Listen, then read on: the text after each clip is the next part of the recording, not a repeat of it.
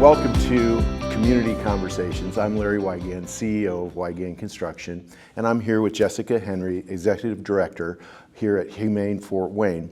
And thank you so much for joining me this morning. I looked at my schedule and I said, what do I have this week? And this was one of the most important things that I wanted to do, is come have a conversation with you. And we are here at your brand new, beautiful building, the Sharon Bodenhafer Critter Center. Yes. And I love walking in here. I know this was a passion for you, for getting all the money, getting the donations, getting the funders lined up to raise. How much did you raise?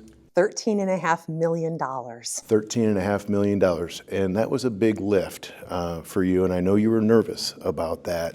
So tell me a little bit about that journey on getting the money and the donors lined up to build this new facility. Well, let me start by saying I'm excited to have you here. Every time you walk in the building, I know you're proud of it. I'm proud of it. Weigand was a big part of why we're even sitting in this magnificent space today. So I want to start with saying thank you.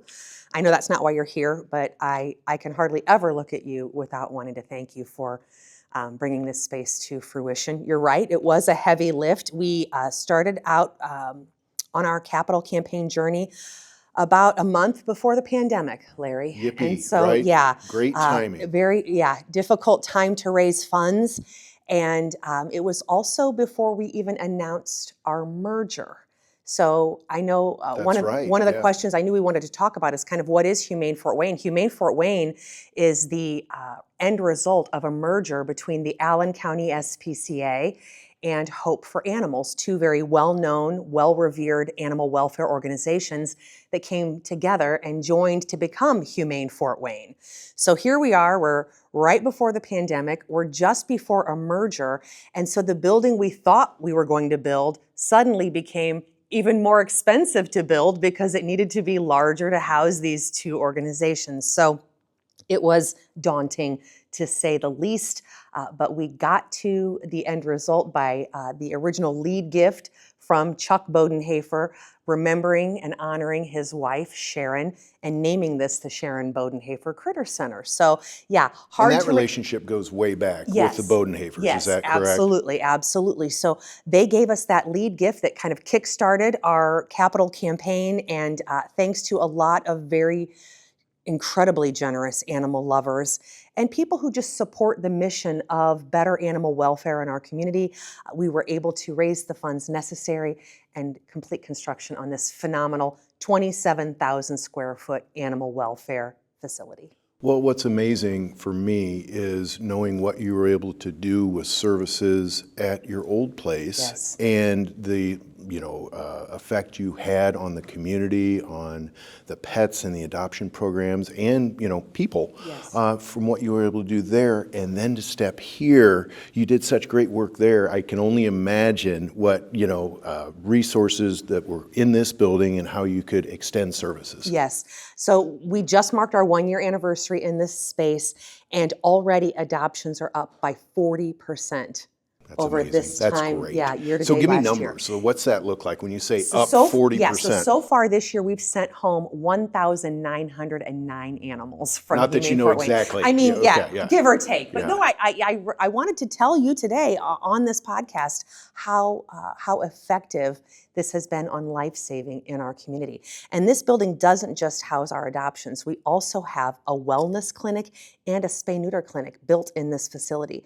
Our spay-neuter clinic does all the spay-neuters for all the adoptable animals from Humane Fort Wayne, but we also spay and neuter all the adoptable animals from 14 surrounding county shelters and rescues. Give me numbers on that. How many are spay-neuter through in a year? Yeah, so typically we will do 12,000 spay-neuters in a year, and that includes all those shelter animals as well as our owned animals. So I can't break it down for you right now how many shelter pets have been spayed or neutered in this facility, but over the course of a year, we will do more than 12,000 spay-neuters here and at our previous spay-neuter clinic off of Maycrest. So what's really interesting is we were looking at the layout and looking at budgets on this, and we know that you had your wellness and then also basically a small surgery center. Yes. And you have how many bays back there for surgery? We have 4 surgery tables. Okay, all right. So you're running through a lot of animals, and that's an important part of the adoption program, right? Yes, our adoption program as well as others, because it's actually a state law that all shelter animals have to be spayed or neutered before they're adopted, or they have to have some sort of voucher confirming that they will have been spayed or neutered. So state of Indiana is making a lot of progress, and because for us, pet overpopulation remains a crisis, really, not just in our state, but across the entire country. And one way that we can affect positive change in that is to make sure that all animals that aren't intent on breeding are spayed and neutered. So a really interesting mission focus for you. You know, I used to think it was just about the animals, and getting to know you, becoming a good friend with you, and learning more about Humane Fort Wayne. It's not just about the animals. This is a social service. You're taking care of their owners, of their people too. So tell me a little bit more about that, on how it's animals, but it's about their people. Yes, I always say animals aren't pets without people, right? So people are an important component in every aspect of Humane Fort Wayne. And there are really 3 important prongs to the work that we do. So the first, of course, and the one we're probably best known for, is our adoption program. But secondly is our incredible clinic programs, where we will see 25,000 animals a year through our clinic programs. And then the other program that you mentioned, which is near and dear to my heart, is our social service program. We call it Pet Promises. The tagline for that is, "You promise to love your pet. We promise to help you do that." So we've created a myriad of ways where we can support pets in the homes where they're loved. These are at-risk pets that might otherwise end up in shelters. For example, if a pet owner is struggling to feed their animal, they might think, maybe my pet would be better off adopted out into another home if I'm unable to provide these basic services for my pet. And I argue that. I think you love your animal doesn't want to end up in an animal shelter, and you do not want to be without your animal. So if Humane Fort Wayne can provide some basic necessities to help keep that pet in the home where he or she is loved, then that's what Pet Promises is set up for. So Pet Promises includes pet food distribution. Last year, we distributed more than 250,000 pounds of free pet food. Say that again. 250,000 pounds of free pet food across our community. Wow. And we do that from multiple locations. Some of them are pop-ups. Some of them are reoccurring distributions. Are you purchasing that? Or I know you have a deal with PetSmart, right? Most of it is donated from the public. Okay. And a lot of it is purchased at reduced rates. You're right. Some of that comes from PetSmart. Okay. Some of it comes from Chewy, some well-known, beloved, major animal retail. And does that come here and get distributed? It goes to our Hannah Street location, which was our former shelter location at the corner of Hannah and Pettit. My old and tired joke is, you can pet it on Pettit. Okay. So you'll never forget where we are. Remember that. Yes, you'll never forget where we are. And we still have that facility. And exciting news about that facility is that it is set to become Indiana's first and only freestanding social service agency for pets and their people. So we go back to that pet food distribution. We have programs called in-home services, where we render assistance to maybe elderly or shut-in pet owners who are struggling to care for their animals. We offer compassion fostering, which is temporary emergency fostering for the pets of people who are in crisis. So think of survivors of domestic violence or natural disaster victims. So all of these folks have animals in their homes, and if they are in crisis, so are their animals. Of course. So Humane Fort Wayne can take all of our former kennels where we used to house all of our adoptable animals, cats and dogs, and we can provide that safe haven for owned animals there on a temporary basis while their pet owners get their situations figured out. What's temporary? Like how long? Typically it's 30 days, and sometimes we can offer a 30-day extension. So it's not usually more than 60 days. And if you're wondering why, the rationale behind that is no animal should live in a shelter indefinitely. So we are always helping those pet owners, and not just caring for their pets, but also trying to connect them to other social service organizations and resources in our community. So if it's a domestic violence situation, we're caring for the animal, we're going to make sure that that owner is connected with resources like the YWCA, for example. Or maybe it's a VA hospital patient who needs an orthopedic surgery. Those surgeries typically aren't done in Fort Wayne, they're done in Marion. But if you are a veteran and you have a pet, you might not consider having that important surgery because who will care for your animal while you're rehabbing? Humane Fort Wayne will do that. And we're able to do those kinds of things because we have 3 campuses that are working cohesively to provide a myriad of services to animals, from adoption to clinic to our social service programs. So how do you get the word out? So I've known you for a long time, and I just, when we were building this and we were doing the fundraising, I got to know more and more about the extension of services that you have. So how do people really understand the width and breadth of all the services? Can they go to websites? Can they figure that out on everything? We got a train going by. I hope you can hear that. Yes. Sorry about that. So that's okay. But how do they figure out all the services that you have? That's a great question. We worked so hard, especially leading up to the construction of this facility, to make sure people even knew who we were. We had a new name, after all, right? So we were introducing Humane Fort Wayne. Do you remember our Love Seats project we did, which was the public art campaign? All of that was really to ramp up on a long runway, introducing ourselves to Fort Wayne, right? Creating that awareness. We did massive ad campaigns so people knew what was happening at each location. Our website is a wealth of information for the services that we offer here. You can see the adoptable animals. You can learn what affordable services we provide. But we are absolutely taking advantage of every free opportunity for news as well, evidenced here today with this podcast, which I know reaches millions. Millions. Hundreds, maybe. Millions might be a stretch. But the truth is, there are people watching this today who didn't know that we do all of these things. Yeah. So we take advantage of every opportunity, whether it's on weekly news segments, on local news channels, to putting out press releases, but also having this facility in and of itself invites people in here. Well, this place, I mean, what's your favorite spot here? Where do you go when you need to get out of your office? Do you go see the kittens? Do you go see the puppies? Where do you go on your walkabout if you want to get out of your office? Favorite spot in the building? There's not one place that's better than another. When we were on Hannah Street, and if you've been to Hannah Street, you know it was dilapidated.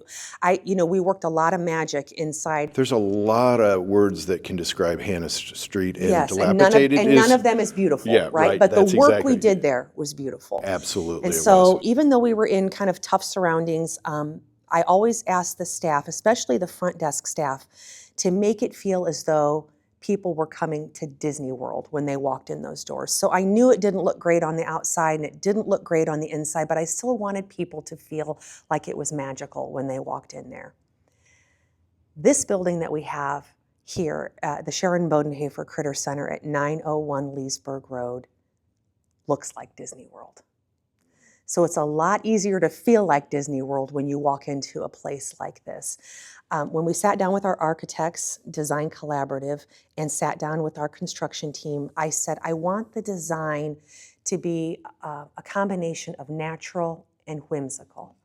And I think we struck that. Look around, right? Yes. Yeah. So the outside has that sort of natural color tone to it and that palette, but you walk inside and it is bright and it is cheery and there is natural light everywhere and it's clean. And that space is designed as much for the people who work and visit here as it is for the animals who hopefully are here for a short time, but they're here nonetheless. But you feel it, so I walked in this morning and you just feel it. And Disney World is a great way to describe it.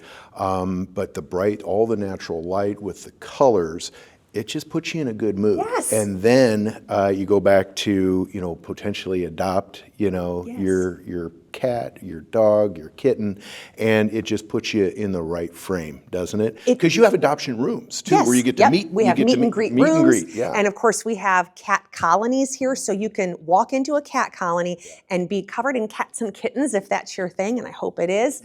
But there are lots of great ways for the public to view animals here. I said when we were designing this facility, the public built this shelter. I want the public to experience it. So our kennels and our cat colonies are designed for folks. You don't even need an appointment or to come in here. You don't need to. You can just come in, walk in, and visit with the animals at your leisure. If you happen, get your cat fix. Yes, get your cat exactly. fix. And if you happen to decide to take an animal home that day, then that's great for you. And of course, it's great for the animals. So the space here is perfect for the public to use. And speaking of that space, we are filming this in our education center. We have never had an education center before. So this space is really important. Not only do we have our staff and board meetings here, but we invite the public, other nonprofit organizations to use this space for their own meetings. And every time they do that, it comes with a tour of the facility, so they too can see the animals. Of course, very collaborative. Yes. So as you say that, you have deals that you work with other social services to bring them in to see what you do. I think that's all really, really positive because, being in this community, knowing that there's so many needs out there with what you are providing, what others are providing, and then to bring them in and have a collaborative approach for services is incredible. So thank you so much for what you do day in and day out. Now I got a question for you. What was one of your favorite parts? Jessica was amazing as the owner and as our liaison and contact for construction. She knew a lot of details. She was into the details, which we actually love. But there were some challenging times, but some fun times along the way. And I told you when we were awarded this contract, I said, we're going to have some fun. Yes, you did. We're going to have some fun. I said, when, you get Weigand, you get all of us. And that's fundraising, support, some fun building it, and hopefully we delivered on that. But tell me about a fun component of building this, because this was your first major as an executive director, yes. First major construction project, I've never built anything at my house, Larry, so this was all new to me. The process was new, everything from the bid packages, and I sat down when we put everything out for bid. Once the contract had been awarded to Weigand, we were very involved in the bid process with Ryan, and he really helped us do a lot of cost estimating and sent those bid packages out. And you're right, you guys were integral along the way to the point where you invited the contractors to come out to Weigand, That's right? To learn about Humane Fort Wayne before they put their bid proposals together, so they could learn about what they had the opportunity to create. Oh, and we actually did something interesting too, is on the bid form, we said, hey, listen, we want your lowest and best price, but in addition to that, if you would like to make a donation to, or if it could be in goods and services. So we took all of that in totality to pick the best value for Humane Fort Wayne. Do you know how much money we saved by doing that? I should know, I don't. What is it? Almost $1 million. Fantastic. Almost $1 million. Well, that's a tribute to you, right? And it's a tribute to you, and to Humane Fort Wayne for people believing in you, believing in the mission, and wanting to get on board. Well, you let us come out and talk to those contractors. We brought animals. Never a bad idea. Never a bad idea. Also bourbon. Didn't we do one? No, it was lunchtime. One time we did a bourbon thing, but I'm thinking of lunchtime. Okay, well we did not drink bourbon. We did not during the lunch hour for that At least you and I didn't, right? For the pre-bid meeting, but we did burgers and bourbon. We did. Was that a fundraiser? That was also an event education. At Weigand. Yes, so that was after the bid packages were awarded. Then we had a bourbon and burger night downtown, and Weigand generously sponsored that as well. So you have been an important partner all along the way. But you asked me what my favorite part was, and my favorite part was the relationships that I had with your team. So I had Tony and John was my project manager, John Becker, and Tony was, Tony was like the superintendent of the whole project. And the friendship that I created with those two mattered as much to me as what they built. I could call on them all hours. I think I called John maybe on his wedding weekend. I don't know. I'm very sorry about it, John. She's not that sorry, John. I'm very sorry, no, John. She's not that sorry. They were at, I could call them at any point. They helped me understand what the process was going to be like, and they cared that it got done correctly. They kept a very watchful eye on everything, and honestly, Larry, to this day, John will reach out and say, how are things going? I just want to make sure that whatever, because you have a whole year after you build a building, things are under warranty, right? And so there were a few things that came up with some of the work as will happen anywhere. And so John still stays connected to me, making sure that things that came up at the very end of the warranty process were actually addressed by the various contractors and subs, because he cares. He cares about this. And I'll tell you another thing that John did. In our cat colonies, we wanted to have different levels of different shelving on the walls because cats in their natural habitat want to kind of get up high and observe because they're the bosses of all of us. And I didn't have those shelves budgeted in, and they're not as inexpensive as you'd want them to be. And John built those himself on his own time at home, and he installed those.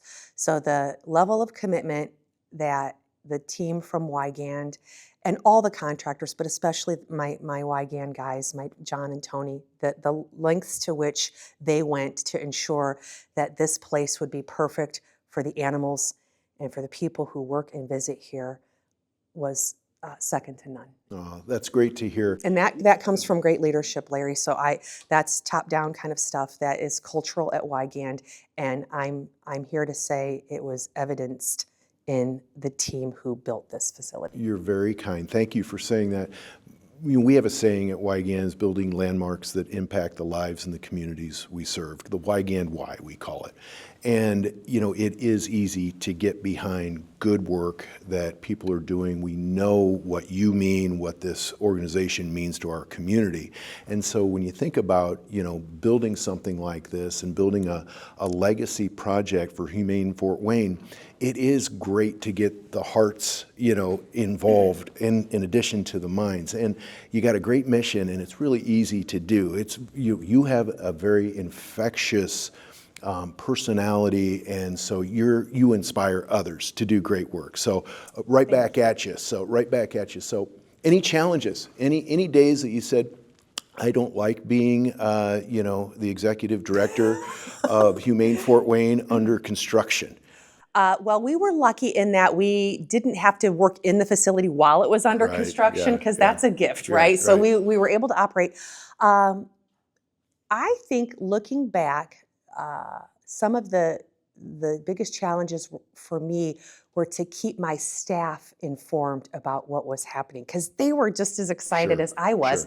I had the luxury of being on site all the time. I had my construction meetings and all of those things. And your hard hat. And my hard hat, my Weigand hard hat. And my T-shirts, Weigand made adorable safety color. What is it called? Safety orange. High vis. That's right. Sorry, my lingo is lost now. But yeah, Weigand created high vis T-shirts with a beautiful dog on the front and a hard hat because you were so excited about building this. But keeping my team informed so that they too could have the same level of excitement about this. That was a challenge. You continue to run the organization. And at this point, we have 74 staff who work at Humane Fort Wayne. 74 of us. Yes. Wow. So making sure. So what was it before the merger and 12, over on Pettit? 12. When I started 13 years ago, I had 12 full and part-time staff. Just before the merger, we had about 20. And then post-merger. So you talk about scale. Yes. In any organization, whether it be Humane Fort Wayne or a construction company, I mean, that's hard. Yeah. That's hard. So tell me a little bit about the scale on how you scaled up and what that looked like.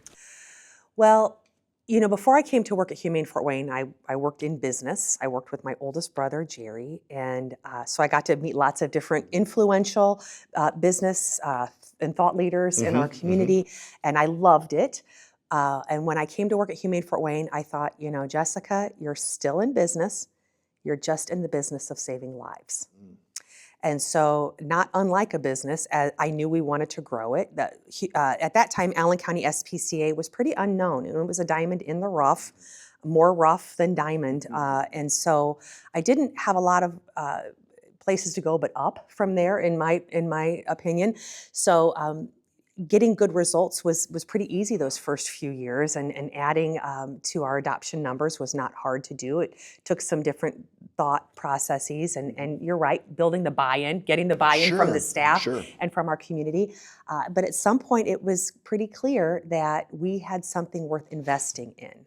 And I didn't want to start a capital campaign until I knew that we had something that people who had either influence or affluence could get behind.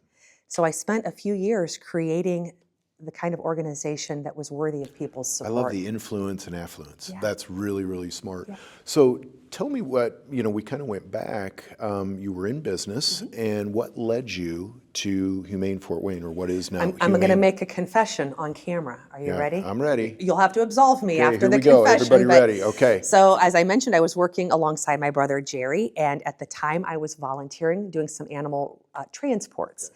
So I would drive to somewhere in Indiana, and I would pick up animals, and I would drive them somewhere out of Indiana. So normally I would go up to Michigan. And I found myself spending more and more time during my workday doing that than working scheduling for these. Jerry? Yes. So Sorry, Jerry.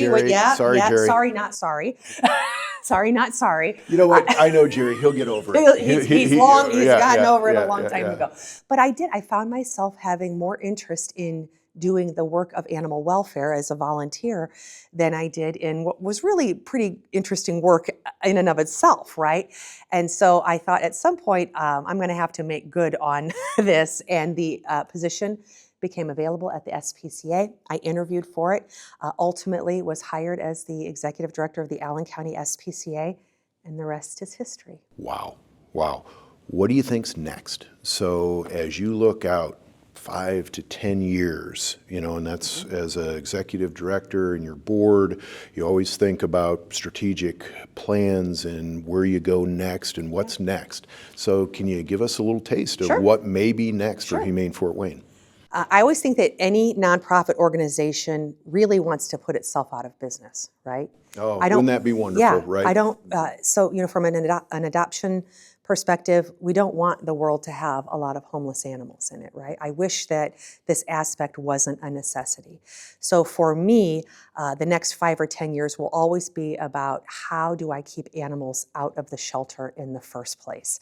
And so that really means we're going to be focused on access to care. And that's kind of a buzz phrase right now in animal welfare, but that means access to affordable veterinary care. So that'll mean increasing the services offered at our clinics, increasing access to care through our social service programs, right? So whether that's the temporary fostering, or it's accessing free pet food, or it's accessing free vaccines, those are where our focuses will be next. So we will always have a place. There will always be a need for sheltering homeless animals. I know that. But how do we keep animals out of the shelter in the first place? And that's going to be access to care. So where will we be in 5 or 10 years? You can expect more clinic space. You can expect more services from our clinics. You can expect more services offered to at-risk animals and their people. And you can expect us to continue to do cutting-edge, life-saving animal welfare. And I know that we are already the most comprehensive animal welfare organization in the state of Indiana. I imagine in 5 or 10 years we'll say that same thing, but it'll be the Midwest. That's fantastic. Now, I know that you have friends across the country that do what you do, but this facility is probably one of 2 or 3 top in the nation. That's what we've talked about. So we hosted. So there's an entity called the Indiana Coalition of Animal Welfare Professionals, ICAP for short. We hosted the very first conference of ICAP. So this is executive directors from across the state of Indiana. We hosted that in this facility last May. People jealous? Envious. Envious is probably a better word than jealous, because jealous seems kind of mean-spirited. They were so excited, and I think it lit for them a fire to try to go back and recreate something similar in their own communities. You could look at where we were on the corner of Hannah and Pettit at 7,400 square feet and say, if you can go from that to this, right. It inspires animal welfare professionals to be able to do more in their communities. I have a saying that I started with at our old facility, and I stick to it to this day. We can't always do everything, but we can always do something. And this building allows us to do a lot more somethings. Well, and you can, and you are. And so you've got a great thing going on. I love the vision, of working yourself out of a job. I think that is, a goal for, like you said, a lot of nonprofits. Realistically, you just have to figure out, how to deepen services and really appreciate what you're doing. Now, on to some fun questions for you. You ready? Okay. Oh, boy. Coke or Pepsi? Coke. Okay. Favorite ice cream? So I'm a vegan. Womp womp. But there are some darn good non-dairy ice creams out there, and I happened to eat a pint of it in bed last night. 9 out of 10 doctors would not recommend that. So you should always go to the other doctor. Got it. Got it. Okay, if you're going to go to a fast food restaurant, where are you going?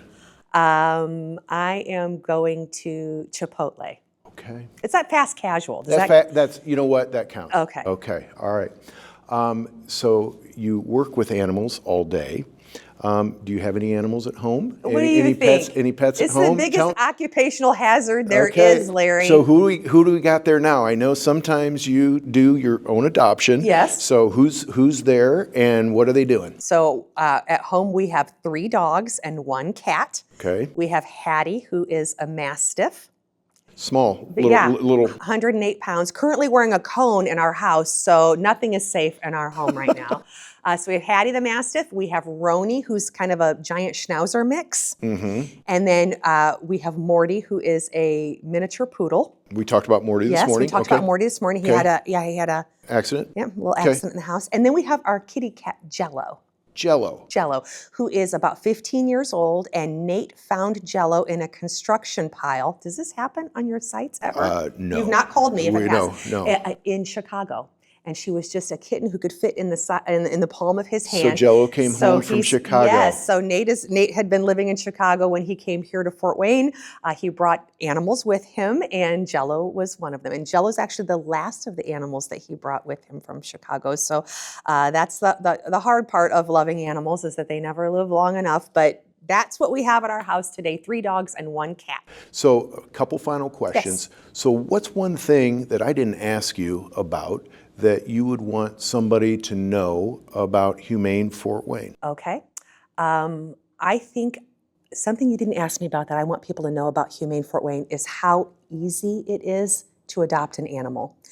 I think that the reputation for shelters for years, and some of it is justified, is that it was easier to adopt a human baby than it was to adopt an animal. And, sad but true there. So we have overhauled all of that and have been working on that for years. So come here, we're friendly. You can come in and take an animal home on the same day. And that's part of our commitment to life saving. We don't want animals to spend too much time here. So something you didn't ask me about is how quickly you can adopt an animal. You can find one on our website. You can come in and take one home the same day. Oh, that's fantastic. How about one question you want to ask me that, I can answer on the podcast? Anything there? Larry, you have a cat at home. I do. You do. Tobias Butterscotch. Yes. How was working on this project with us, how did that shape or change or impact your relationship with your cat, or help you to understand more about your animal, helping us build this facility? So that's a really good question. Our cat, Toby, has been with us for about 13 or 14 years. And I wasn't a big fan of Toby's. When we first got him, I wasn't a cat person. So you acquiesced to your wife and kids? I did. Okay. I did. But through understanding the good work that you do and the importance of pets in people's lives and what they can do to support, he is, my son Matthew's favorite guy. I mean, those two are like two peas in a pod, and they support each other. And so I think I have more understanding about a relationship with a pet. And I watch this, and without having exposure to you and what you do and the social service part of it, I think I just still would, open up the can of tuna for Toby and let him go about his day. But it takes me a little bit of pause now, and I can really, I think, appreciate and accept what we have and what others have in their lives with their pets. I was hoping that you would touch on that, because that is what we're trying to protect all the time, is that bond between people and animals. And I tell people, when you adopt a shelter pet, you save 2 lives. You save the life of the pet that you're taking home, and then you make space for another animal to be saved from another shelter. So you save the first animal when you adopt, you save the second animal by making space, and what you just touched on is oftentimes there's a third entity saved, and oftentimes that's yourself, because the relationship with our animals in many cases impacts our lives so much that it can save our lives. Well, that's fantastic. So any other questions you have for me? Well, Larry, if we ever decide to do another build, would Weigand like to help us do that? 100%. We would love to partner with you again. Again, we've talked about the Weigand why, and we talk a little bit about either as Weigand Construction, we're building for our friends, or we're going to build for somebody we don't know at the beginning of the project and they become our friends. And that sincerely has been our case. We knew each other growing up, of course, and I knew the family, but to get to know you and understand who you are and where your heart is has been really special for me. You talked about the relationship with Tony and John and Ryan. I think it's been really fun to get to know and you. Kent. We can't leave out Kent. Yes. Kent Gilliam, yes. The senior project exec. Kent did a great job too. So it's been really great to get to know you, get to know the organization, and kind of build the relationship right alongside with you and the organization as we were building bricks and mortar out here. I remember when we first interviewed you for the quotes, the request, RFI, what do we call it? RFP, what is it? You've been away too long on this. It was an RFP. RFP, it was like 5 years ago. I know. But I asked you, I said, Larry, Weigand is known for building really huge and important structures. I mean, you were doing electric works, and I said, just out of curiosity, why would you want to build this facility? And because I felt like, it was going to be a small, small order for you guys. And you reassured me that you believed in the work that we did. And I don't even think you really knew all that we were doing at that time when you said that. I knew part of it, and I learned a lot of what you were doing throughout the process. But even probably the 30% that I knew you did, I was a big fan. Yeah, and you said, we believe in the work that you do, and we would be honored to be a part of bringing this dream to fruition. And so we sit in the realized dream. Yes, 100%. Well, guys, thank you for joining us, and thank you so much, my friend, for sitting with me for a few minutes to talk a lot about Humane Fort Wayne. Thank you for the work you do, and we really appreciate the partnership that we've had, and it's going to continue. Thank you.